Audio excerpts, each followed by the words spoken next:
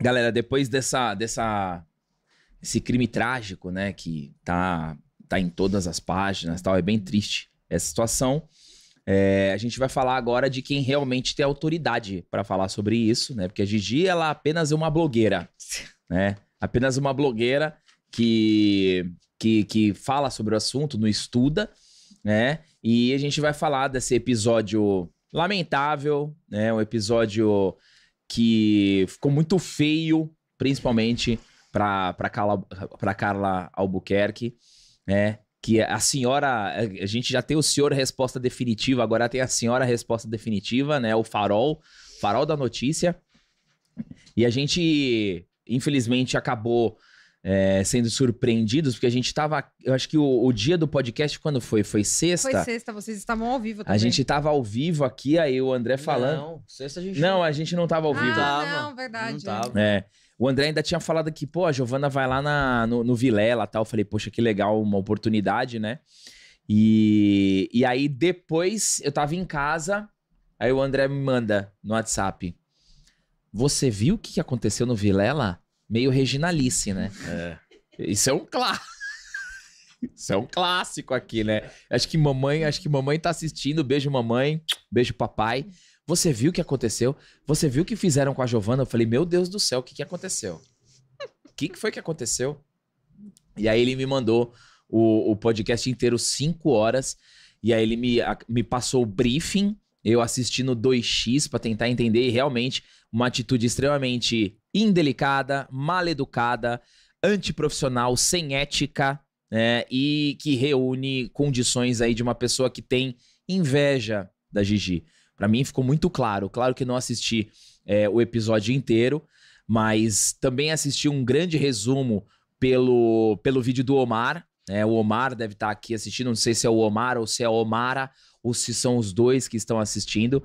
Mas realmente foi um momento muito triste ali pro Vilela. Mas eu queria saber de você, Gigi. Como é que foi? Como você se sentiu naquele momento? Aproveita agora e desembucha. Então, eu não tenho muito o que falar desse episódio. Tá bom, então acabou o podcast, galera. Tava todo mundo esperando só esse momento.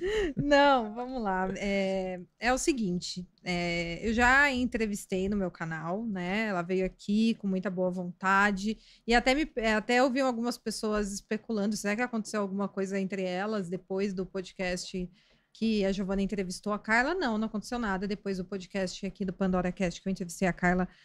Nunca mais nos falamos, eu tinha gostado muito dela, até falei para André isso diversas vezes, tinha gostado muito, achei ela super solista de vir aqui, meu canal era menor ainda, né, era menor do que é hoje e tudo. Mas ali no Vilela eu também não entendi muito bem o que tinha acontecido, porque eu fui convidada com o Joel, para ir, o Joel, ele indicou meu nome, ali pro Vilela me chamar. O Joel, eu não sei quem é. Quem é o Joel? Ele tem um canal chamado Iconografia da História aqui no YouTube. O canal dele é excelente, menino muito legal. E ele indicou meu nome ali para a produção do Vilela para que eu fosse até lá abordar alguns casos, um deles o Vitória, porque eu estou abordando esse caso no meu canal, né? De forma honesta, o mais honesta possível, pesquisando o máximo possível antes de trazer uma informação. Claro que todo mundo pode cometer erros, diversos jornalistas já cometeram erros. Até a polícia tá errando nesse caso, meu. A própria Carla já tive acesso a várias informações incorretas que ela trouxe em outros lugares, mas assim, isso acontece, gente, ninguém é perfeito, entendeu? E um bom jornalista, o que ele faz quando ele erra numa informação? Ele vem e se retrata. Não é o fim do mundo. Não quer dizer que você quer passar notícias falsas, que você não tem capacidade de fazer o que você faz. Mas quando eu cheguei lá, eu percebi que o clima estava estranho, porque eu sentei para conversar, eu gosto de olhar nos olhos das pessoas que eu estou falando, né? E eu percebi que ela não olhava muito para mim, logo de cara, assim, quando o podcast, mesmo fora do ar, e depois que o podcast começou também. Depois que o podcast começou, ela não me olhou durante as 5 horas, e foi toda aquela situação onde parecia que uma das partes queria estabelecer uma disputa ali de quem sabia mais, de quem podia falar e quem não podia. Isso ela falou 3 vezes no podcast, 2 ou 3 vezes que não era todo mundo que poderia falar de casos criminais. Inclusive, ela falou que tinha muito contra youtubers que abordam casos sem ter uma certa capacidade para isso. Nossa, vocês estão querendo... Caraca! Nossa. E é isso, gente. É aquele episódio que vocês viram, muita gente falou, elogiou minha calma, mas isso é como eu sou de fato. Eu sou brava, sou nervosa um pouco, assim, mas eu não sou uma pessoa explosiva. Claro que naquele momento meu coração acelerou. Eu fiquei com o coração aqui na garganta, aquele bolo na garganta, sabe? Mas Deus iluminou a minha mente naquele momento para que Te deu me discernimento, deu né? discernimento de como agir perante aquela situação, quando você vê que tem 7.000 pessoas ao vivo te assistindo. Então, eu tive ali muito claro na minha mente que eu estava lá não para provar nada para ela, não para provar nada para ninguém, eu estava lá para bater um papo descontraído sobre um caso sério e que eu estava falando com a minha audiência e com uma audiência que eu ainda não conhecia e que iria conhecer o meu trabalho. Então, isso foi o que eu coloquei ali como meta na minha mente, que eu estava lá, não estava para debater, eu não estava disposta a debater, e quem estivesse disposto a debater, a entrar numa disputa, iria disputar sozinho. E foi o que de fato aconteceu. Foram 5 horas de disputa naquele podcast, porém a pessoa disputou sozinha. Porque eu não estava lá para provar que eu sabia mais, para provar que eu era dona do caso Vitória, que eu não estava lá para provar nada disso. Eu estava lá para trazer informações que eu tinha até o momento e a gente conversar, teorizar, igual fizemos aqui, deixando claro o que é informação confirmada e o que não é. E você pode corrigir uma pessoa ao vivo, você pode. Ah, não, essa informação, deixa eu só te avisar aqui, essa informação acabou de ser negada. Mas, sabe, de um jeito normal, de um jeito amigável. Não foi isso que aconteceu, infelizmente, mas assim, igual eu falei pro Feltrin, não guardo mágoa de ninguém. Qualquer um que tentar fazer isso comigo, que fizer isso comigo ao vivo, eu não vou explodir. Você não vai me ver chorando ao vivo, você não vai me ver levantando, explanando, sabe, ali na hora. Eu vou manter o profissionalismo. Eu tenho um foco quando eu vou fazer as coisas. Eu não faço nada por um acaso. Eu não saio da minha casa para perder o meu tempo. E o foco ali era demonstrar o meu trabalho. Se uma pessoa estava tentando atrapalhar isso, eu apenas tentei fazer o máximo possível para que eu conseguisse, de alguma forma, ter um espaço, ainda mesmo que mínimo, naquela situação, para demonstrar um pouquinho mais do meu trabalho para as pessoas que estavam conhecendo naquele momento. E foi aquilo que vocês viram, uma situação desconfortável, uma situação constrangedora, o clima estava bastante pesado, mas, aparentemente, segundo a audiência, eu até que me saí bem. Saiu, e assim, fica feio porque ela é bem experiente na televisão.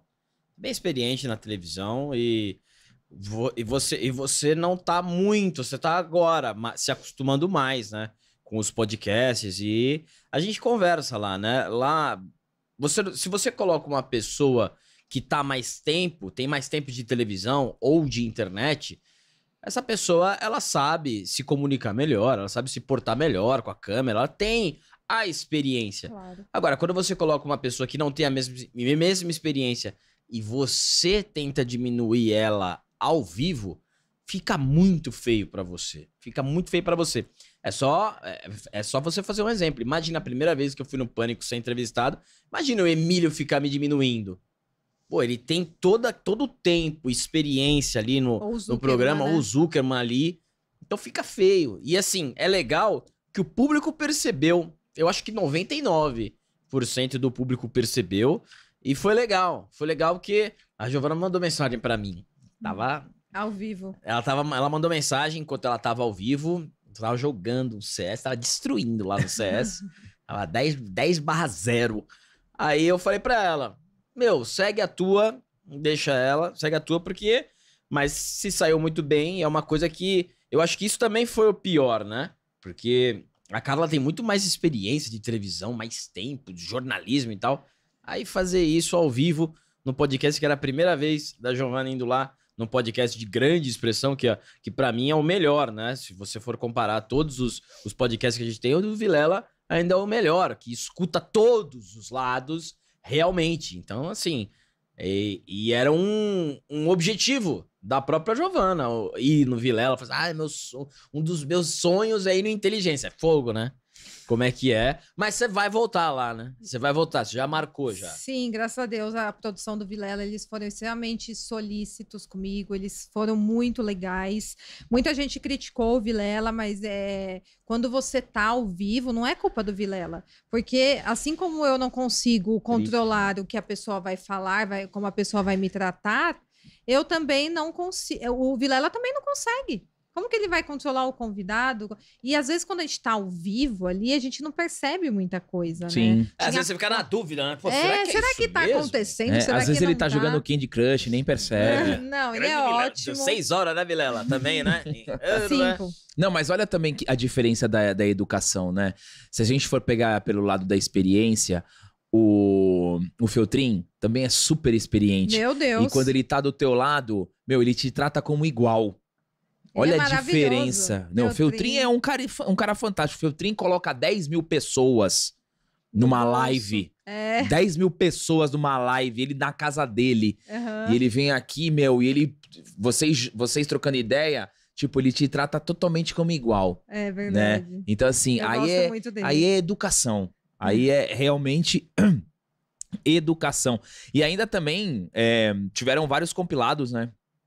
De que a própria...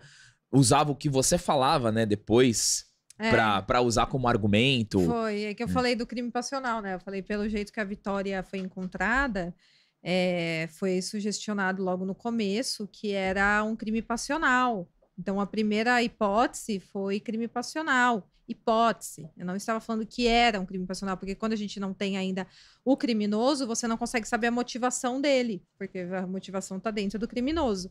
Mas a hipótese mais levantada ali no começo era crime passional. Aí, não pode se falar de crime passional. Logo em seguida, levantou a hipótese de crime passional. É uma coisa assim.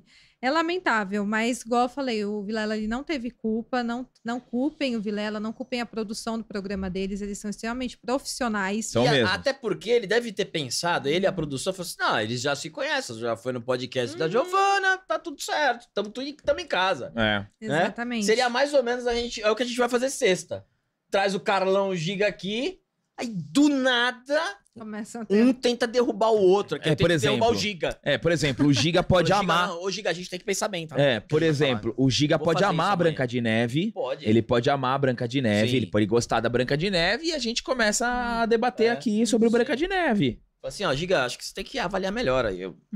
Principalmente no seu canal. Cuidado com o que você fala, né? Mas isso com o Carlão é mais difícil. Com o Carlão eu não vou fazer nada. Vai ser com o Giga, porque o Carlão eu tô vendo o treino, que ele tá treinando bem, né? Mas aí a gente se vê na cabine de imprensa. É isso aí. Cabine de imprensa é um lugar ótimo pra sair na mão.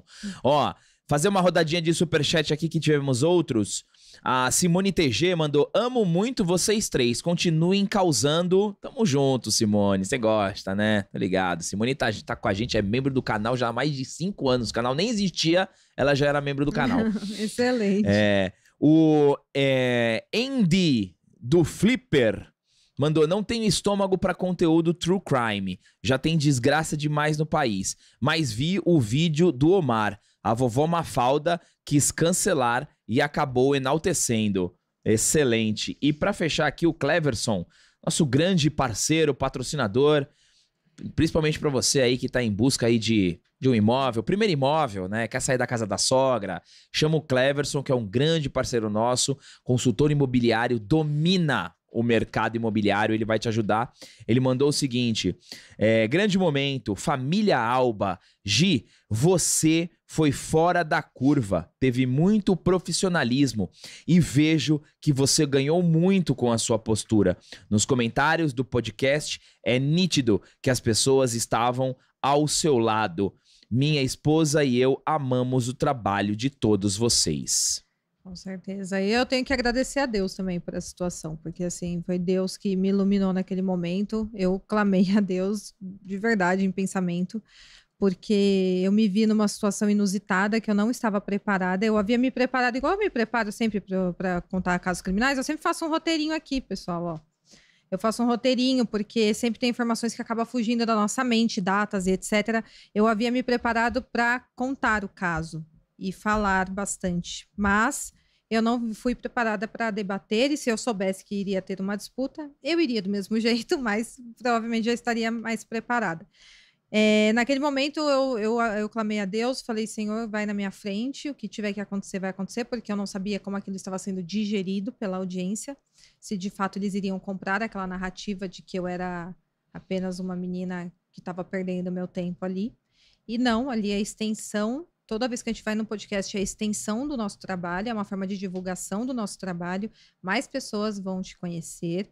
Então, assim, você ir num lugar e você ter a sua credibilidade colocada em jogo, você nunca sabe como aquilo vai ficar perante o público.